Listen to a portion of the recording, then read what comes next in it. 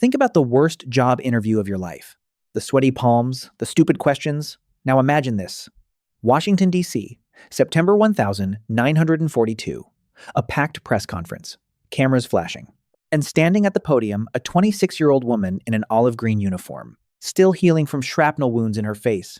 She had just spent a year inside two brutal sieges in human history. She had watched her friends die, done things no student ever imagined. And the first question from the American press? Do you wear lipstick at the front line?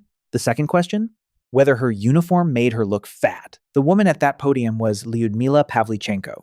The Germans had a different name for her. So did the Soviet army. By the end, you'll understand why a famous folk singer wrote a song about her, and why she spent her life haunted by the thing that made her famous.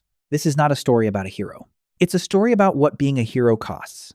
Let's rewind to 1937 Kiev, Soviet Ukraine, 4 years before the war. Lyudmila Pavlichenko is not a soldier, not a fighter, not a legend. She's a history student at Kiev University, working on her master's thesis. Her days are libraries, archives, and footnotes about 17th century Ukrainian leaders. But Lyudmila has a hobby, and it started with an argument. As a teenager, she overheard a neighbor's son bragging about his shooting skills. That smugness, that assumption a girl couldn't do better got under her skin. So she joined a shooting club, not to become a soldier. Just to prove a boy wrong, that was the entire plan. Here's the thing about talent. Sometimes you don't find it, it finds you. Lyudmila turned out to be exceptional. Certificate after certificate, badge after badge. By her early 20s, she was one of Kiev's best amateur marksmen. And still, shooting was just a weekend thing, a party trick. Then came the 22nd of June, 1941, the day everything changed. Germany invaded the Soviet Union with the largest invasion force ever assembled. 3 million men crossed the border at dawn. Cities burned. And 24-year-old Lyudmila did what tens of thousands did that week. She walked to the recruitment office and volunteered for the front. The recruiter looked at this pretty, well-spoken university student and laughed. He suggested she become a nurse. That was the acceptable role. She refused and put her marksmanship certificates on the table. He still didn't believe her, so the army gave her a test. Not a written exam, not a target range, the real thing. He pointed at 2 enemy soldiers hundreds of meters away and said, "Prove it." 2 shots. 2 hits. Lyudmila Pavlichenko was in the army now, one of roughly 2,000 women who served as Soviet snipers. Of those 2,000, fewer than 500 would survive the war. 3 out of every 4 of them never came home. But here's what the legend never tells you. In her first real battle, she froze. The future most feared marksman on the Eastern Front lay in the dirt. Rifle in hand, completely unable to pull the trigger. Her hands wouldn't move. Then the soldier lying next to her, a boy her age, was hit. He died right there beside her. And something in Lyudmila changed forever.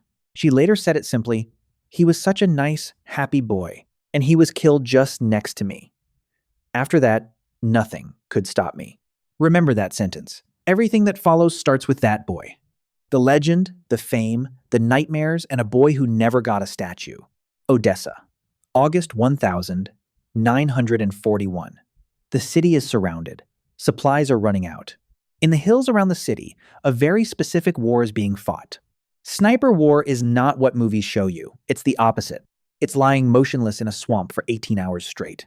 Not moving when insects crawl across your face. Not moving in the rain. Not moving when your legs cramp so badly you want to scream. Because the enemy sniper hunting you is watching for one careless movement. One glint of a scope. One breath of steam in cold air. Lyudmila mastered this. She left before dawn and returned after dark. Day after day, week after week, the count kept climbing. By the time Odessa fell, her confirmed count stood at 187. Here's the thing about that word confirmed on the Eastern Front. A confirmed result required a witness, another soldier who saw it happen. The real number was almost certainly higher. Nobody counts what nobody sees. Her division was evacuated to Sevastopol, a fortress city under siege. A siege that would last 250 days. And there, she became something more than a soldier. She became a story the Germans told each other at night.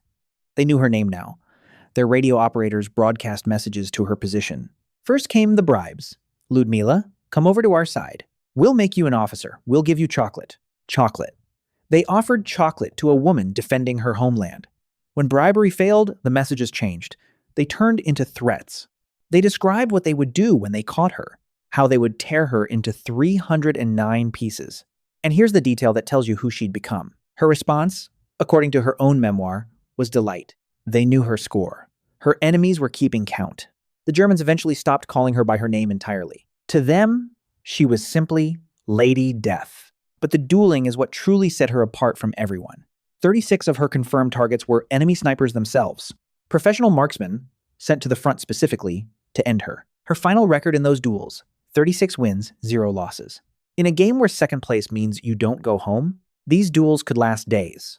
2 humans hidden in rubble, each waiting for the other to make a single mistake. One duel, she recalled, lasted 3 full days of stillness. When the enemy sniper finally shifted one small movement, it was over. Crawling to his position afterward, she found his logbook. He had been operating since Dunkirk. Hundreds of entries. A veteran of the entire war, from its very first days. His last entry was the day he met her. Now, you'd think the army would protect an asset like this. You'd be wrong. What the war took from Lyudmila, it took personally. In Sevastopol, she fell in love. His name was Leonid Kitsenko, a fellow sniper, her spotter, her partner in those silent hours. They worked as a pair. They survived as a pair. In early 1942, they submitted a marriage request to their commanders. In March, a mortar barrage found their position during a mission. Leonid was hit while shielding her with his own body. He died from his wounds. Lyudmila carried him back herself. There is no medal for that.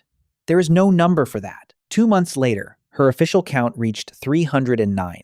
If you've wondered how a person keeps functioning after losing everything, the answer is, they stop feeling. She said it herself. The hatred was all that was left. Hatred and the work. To put that number in perspective for American viewers, Chris Kyle, the most lethal sniper in U.S. military history, 160 confirmed, across 4 tours of duty. Years of service. Lyudmila nearly doubled that number. In a single year. In June 1942, a mortar shell finally found her too. Shrapnel tore into her face. Command made a decision. Lady Death was now worth more alive than fighting. They pulled her out of Sevastopol by submarine, one of the last evacuated. Of her division, the 25th Rifle Division, barely anyone survived. She was 25 years old, and her war was about to get stranger. Washington, D.C., late 1942. The Soviet Union is bleeding. They desperately need the Allies to open a second front in Europe, to force Hitler to split his armies in 2. And Stalin's government has an idea. Send heroes to America. Make them famous. Make Americans care. So Lyudmila Pavlichenko, student, sniper, widow of a man she never married, becomes the first Soviet citizen ever received at the White House. Sitting across from her, Eleanor Roosevelt, First Lady of the United States. 2 women from different planets. One raised in American aristocracy. One raised in Ukrainian villages and battle trenches. Nobody expected what happened next. They clicked. Genuinely. It was the beginning of a friendship that lasted 15 years. Then came the press tour, and this is where everything changes. This is where the story stops being a war story entirely. The American newspapers did not ask about Sevastopol. They did not ask about the siege or the sniper duels, or what it takes to survive when your entire division doesn't. Instead, they asked her about makeup. Day 1. First question. The New York Times noted she wore no lip rouge. Another paper complained her uniform made her look fat. One reporter asked if she curled her hair. Day after day, city after city, the same questions. The most effective marksman alive, reduced to a fashion review. Imagine surviving hell and being asked about your outfit. For weeks, she endured it politely. Then came Chicago. A press conference. A crowd of thousands. And Lyudmila decided she was done. She stepped up to the microphone and in front of everyone said, "Gentlemen, I am 25 years old. I have destroyed 309 fascist invaders. Don't you think, gentlemen, that you have been hiding behind my back for too long?" And then silence. A room of thousands, completely still. Then the crowd erupted. That sentence did what months of diplomacy couldn't. It ran in papers across the country within days. Suddenly, Americans weren't talking about her uniform anymore. They were talking about a second front. The tour became a phenomenon. 43 American cities, then Canada, then Great Britain. Woody Guthrie, one of America's most famous folk singers, wrote an entire song about her called Miss Pavlichenko. And here's the wild part. You can still listen to it today. Charlie Chaplin, at a Hollywood reception, knelt and kissed her fingers, marveling that this small hand had brought down hundreds of fascists. A history student from Kiev, serenaded by folk legends and film stars. And underneath all of it, the woman who had carried Leonid's body, who still had shrapnel scars hidden on her face, performing war hero on stage while the war devoured her home. Every night, the applause. Every night, the same dreams waiting. The second front did eventually open D-Day, June 1944. Historians still debate how much influence the propaganda tours had. But one thing is certain about that entire generation of Americans. They learned about the Eastern Front through one exhausted young woman. A woman who refused to talk about lipstick. Here's where most videos about Lyudmila Pavlichenko end. The medals. The Hero of the Soviet Union Award. The postage stamps. But we promised you the real story. So here's what happened after the parades. Lyudmila never returned to combat. She trained new snipers instead, passing the craft to hundreds of young men and women, many of whom would not come home either. After 1945, she finally finished her degree at Kiev University, the thesis she'd abandoned in 1941, the historian she was meant to be. On paper, it's a perfect ending. The soldier becomes a scholar. The circle closes.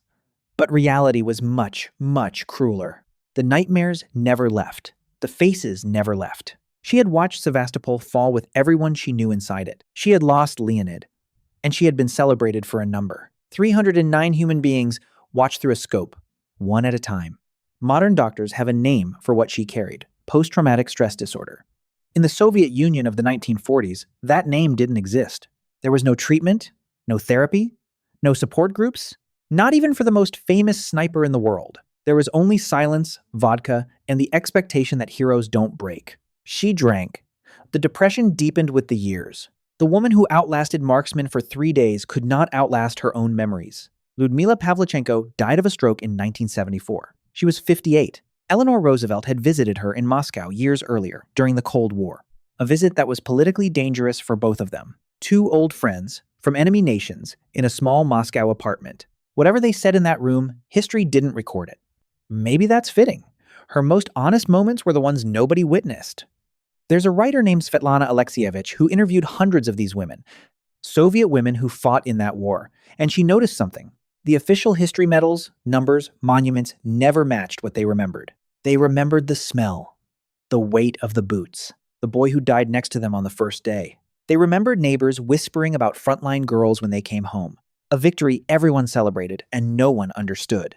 She called her book The Unwomanly Face of War, because the war they described had no face in the history books. Lyudmila Pavlichenko got the statues. She got the song. She even got a blockbuster movie, Battle for Sevastopol, 2015. She got the number 309 carved next to her name forever. What she never got was the thing she actually wanted. To be a history student again, arguing about footnotes in a library. In a world where her biggest problem was a boy who bragged too much. The war made her a legend. It never let her be a person again. And maybe that's the question worth sitting with tonight. We build monuments to what our heroes did in war. Who builds monuments to what it cost them? If this story stayed with you, tell us in the comments. Whose untold story should we cover next on this channel? Subscribe so you don't miss it.